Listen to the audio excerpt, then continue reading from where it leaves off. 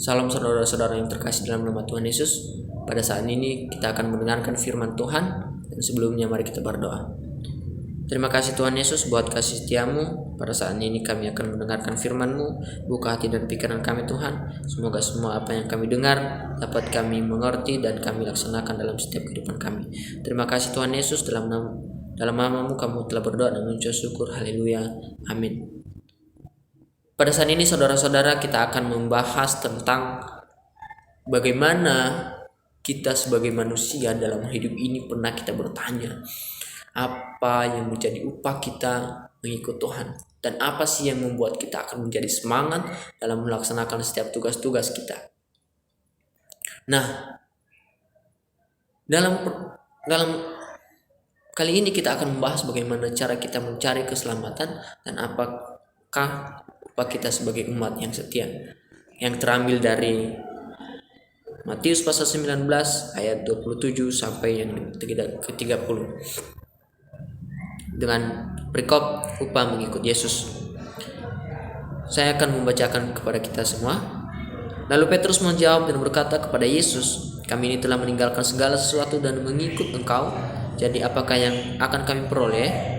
Kata Yesus kepada mereka, "Aku berkata kepadamu, sesungguhnya pada waktu penciptaan kembali, apabila Anak Manusia bersemayam di takhta kemuliaannya, kamu yang telah mengikut Aku akan duduk juga di atas 12 takhta dan menghakimi 12 suku Israel. Dan setiap orang yang karena nama-Ku meninggalkan rumahnya, saudaranya laki-laki, saudaranya perempuan, bapa atau ibunya, anak-anak atau ladangnya, dan menerima kembali 100 kali lipat, dan akan memperoleh hidup yang kekal.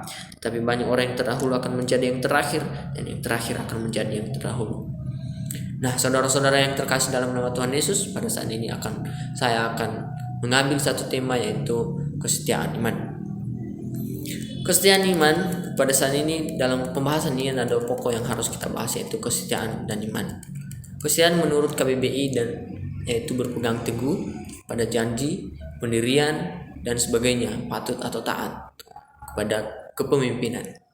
Nah, kesetiaan dalam bahasa Yunani adalah aposiosi, yang artinya kesetiaan berbakti atau tunduk.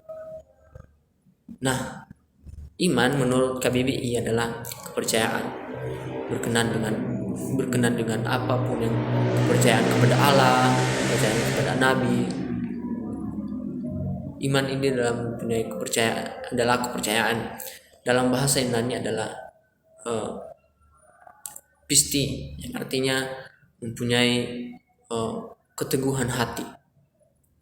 Nah, pada saat ini kita akan membahas bagaimana kesetiaan iman seorang murid yang terambil yang kita baca tadi dari ayat 27 sampai ke 30. Nah, kesetiaan seorang murid menurut Matius 19 ayat 27 sampai dengan 30, yaitu yang pertama, duduk di atas takhta, yang terambil dari ayat yang ke-27 dan yang ke-28. Lalu Petrus menjawab dan berkata kepada Yesus, "Kami ini telah meninggalkan segala sesuatu dan mengikut Kau. Jadi apakah yang kami peroleh?" Kata Yesus kepada mereka, "Aku berkata kepadamu, sesungguhnya pada waktu penciptaan kembali, apabila Anak Manusia bersemayam di atas takhta kemuliaannya, kamu yang telah mengikut Aku akan duduk juga di atas 12 takhta untuk menghakimi ke-12 suku Israel." Jadi pada saat ini kita akan tahu bahwa seorang Petrus ini bertanya kepada Yesus. Petrus menjawab dan berkata kepada Yesus. Berarti kita tahu bahwa si Petrus ini mempunyai kerinduan, bertanya-tanya dalam hidupnya, apa sih yang kami peroleh? Apa sih yang saya peroleh ketika aku mengikut Engkau Yesus? Nah, di ayat ini dia katakan di sini adalah dia jadi meninggalkan sesuatu dan mengikut Engkau. Jadi kalau kita tahu bahwa si Petrus ini punya pemikiran bahwa apa sih kami mengikut terus, apa sih upah kami mengikut terus Engkau Tuhan. Nah, si Petrus pada waktu itu bertanya dan mempunyai kerinduan tentang apa yang mereka peroleh pada saat ini. Tapi Tuhan Yesus menjawab kepada mereka pada ayat yang ke-28. Kata Yesus kepada mereka, aku berkata kepadamu sesungguhnya pada waktu penciptaan kembali, apabila anak manusia bersemayam di atas takhta kemuliaan, kamu yang telah mengikut aku akan duduk juga di atas 12 takhta untuk menghakimi ke-12 suku Israel. Jadi Tuhan Yesus pada saat ini memberikan arahan kepada si Petrus dan menjawab pada Petrus bahwasanya setiap orang yang percaya kepadanya tidak akan sia-sia. Setiap orang yang percaya kepadanya tidak akan binasa. Seperti yang dikatakan di sini, waktu penciptaan kembali apabila anak manusia bersemayam di atas tata kemuliaannya, kamu akan mengikut aku. Jadi setiap dia akan menjawab kepada Petrus ini,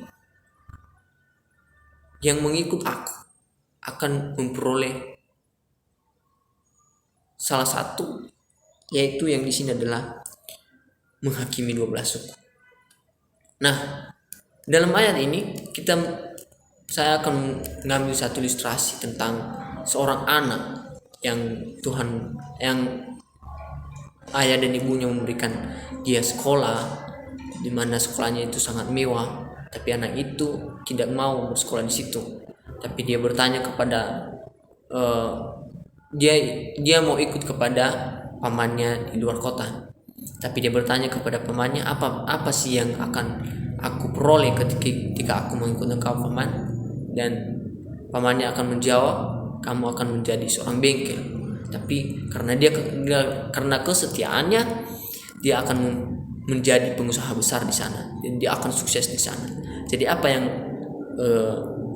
perlu dan bagaimana dengan kita pada saat ini, yaitu jangan takut meninggalkan segala sesuatu dengan meraih mimpi yang sangat tinggi, karena Tuhan akan menuntun dan memberikan yang terbaik apabila kita akan setia kepadanya. Jangan pernah takut tentang apapun yang dunia katakan kepada kita, tapi kita akan tetap mengikut Yesus, maka kita akan memperoleh hidup yang kekal dan akan Dia berikan kesuksesan yang terbaik buat kita. Nah, bagaimana sih kesetiaan seorang murid menurut Matius pasal 19 ayat yang ke-27 sampai 30? Poin yang kedua yaitu menerima kembali 100 kali lipat. Nah, pada saat ini Tuhan Yesus akan menjawab dan berkata kepada mereka itu, kepada Petrus tadi, kalian tidak akan sia-sia. Seperti yang dikatakan di ayat 29, dan setiap orang yang karena namaku meninggalkan rumahnya, saudaranya laki-laki atau saudara perempuan, bapak atau ibunya, anak-anak atau ladangnya, akan menerima kembali 100 kali lipat dan memperoleh kehidupan yang kekal. Nah, perlu kita tahu bahwa si Petrus ini juga punya keluarga, dia punya kerinduan kepada keluarganya dan mempunyai kasih sayang kepada keluarganya. Nah, tapi Tuhan Yesus memberikan keteguhan kepada Petrus ini pada ayat yang ke-29, dan setiap orang yang karena namaku meninggalkan rumahnya akan menerima 100 kali lipat. Dengan apapun yang betapa bahagianya pada saat ini itu kalau kita tahu satu yang diperbuat akan diperoleh 100 kali lipat. Dan bukan hanya 100 kali lipat, dan akan memperoleh hidup yang kekal. Jika Tuhan Yesus menjawab mereka pada saat itu, menjawab Petrus, jika engkau mengikut aku akan memperoleh 100 kali lipat dengan apapun yang kamu perbuat dan memperoleh hidup yang kekal. Hidup yang kekal pada saat ini bukan hanya hidup di dunia ini, tapi hidup di surga juga. Karena Tuhan Yesus akan membawa kita dengan keselamatannya pada saat itu. Nah, bagaimana dengan ayat ini? Saya ambil satu ilustrasi tentang bagaimana seorang prajurit TNI dia akan ditugaskan di suatu daerah dengan dia patut kepada pemimpinnya, walaupun dia sayang kepada keluarganya, anaknya, bahkan orang-orang yang dia sayang, saudara-saudaranya, tapi dia akan tetap patut kepada pemimpinnya. Dan di sana dia akan memperoleh yang sangat luar biasa. Dia akan sukses di sana. dan memperoleh pengharapan, dan dia akan memperoleh yang hidup yang lebih baik lagi di sana. Nah, bagaimana kita dengan kita saat ini? Jangan kita takut dengan apapun yang kita lakukan pada saat ini. Apapun yang kita kerjakan, apapun yang kita lakukan, jangan pernah takut meninggalkan segala sesuatu, karena Tuhan akan memberikan hidup yang kekal dan memberikan upah kepada kita, itu 100 kali lipat dengan apapun yang kita perbuat. Jangan pernah takut saudara-saudara, karena Tuhan akan memberikan hidup yang kekal kepada kita, karena Tuhan akan memberikan yang terbaik buat kita, yang tidak ada dalam pikiran kita sekalipun. Nah, bagaimana kesetiaan seorang murid dalam Matius pasal 9 ayat 27 sampai dengan 30 ini, yang poin yang ketiga dalam menjadi terdahulu. Nah, pada ayat yang ke-30, tetapi banyak orang yang terdahulu akan menjadi yang terakhir, yang terakhir akan menjadi yang terdahulu.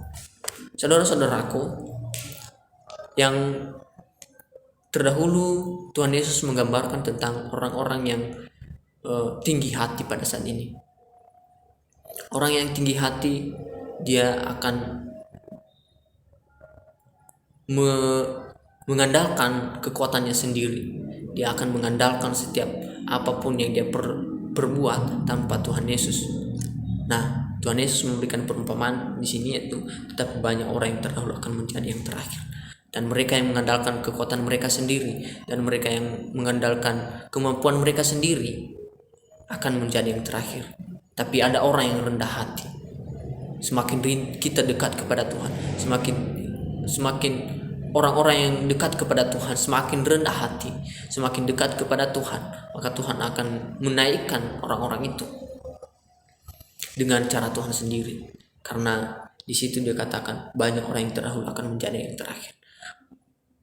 Nah, sering kita tahu di sini orang yang terdahulu itu seperti yang saya katakan tadi, orang yang tinggi hati, dia itu mengandalkan kemampuannya sendiri, tapi Tuhan dia tidak mengandalkan Tuhan, tapi yang dia akan menjadi yang terakhir. Tapi ada orang yang rendah hati, ada orang yang mengandalkan Tuhan dalam setiap kehidupannya, maka dia akan menjadi yang terdahulu, karena itu yang Tuhan mau.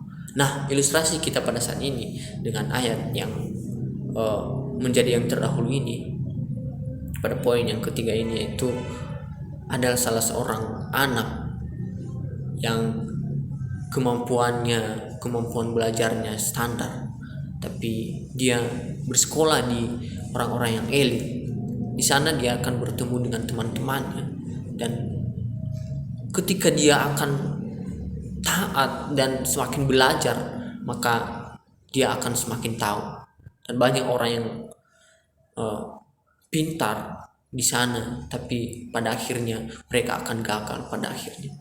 Tapi yang pengetahuannya sedikit ini, karena dia belajar, maka dia akan memperoleh yang dia cita-citakan. Nah, bagaimana aplikasinya dalam kehidupan kita?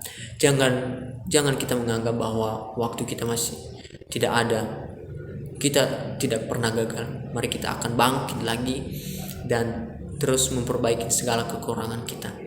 Mari kita terus belajar dari kekurangan kita. Jangan menganggap bahwa kita akan gagal. Jangan menyerah pada situasi apapun, karena Tuhan akan memberikan yang terbaik buat kita. Jika kita percaya kepada Tuhan, maka Dia akan memberikan yang terbaik buat kita. Jangan kita beranggapan dalam kehidupan kita sendiri. Jangan kita mengandalkan kehidupan kita sendiri, tapi kita andalkan Tuhan dalam kehidupan kita. Pada saat ini sekian dan terima kasih.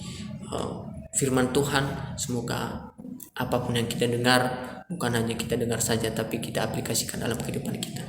Mari kita bersatu dalam doa. Terima kasih Tuhan Yesus buat setiap firman-Mu yang Engkau sampaikan kepada kami. Semoga apapun yang kami dengar, bukan kami dengar dari saja, tapi Tuhan akan semakin memperjelas dalam hati kami. Semoga Roh Kudus-Mu yang selalu bekerja dalam hati kami, urapi setiap hidup kami Tuhan. Semoga apapun yang kami dengar dapat kami aplikasikan dalam kehidupan kami. Dalam nama Tuhan Yesus kami telah berdoa dan mengucap syukur. Haleluya. Amin.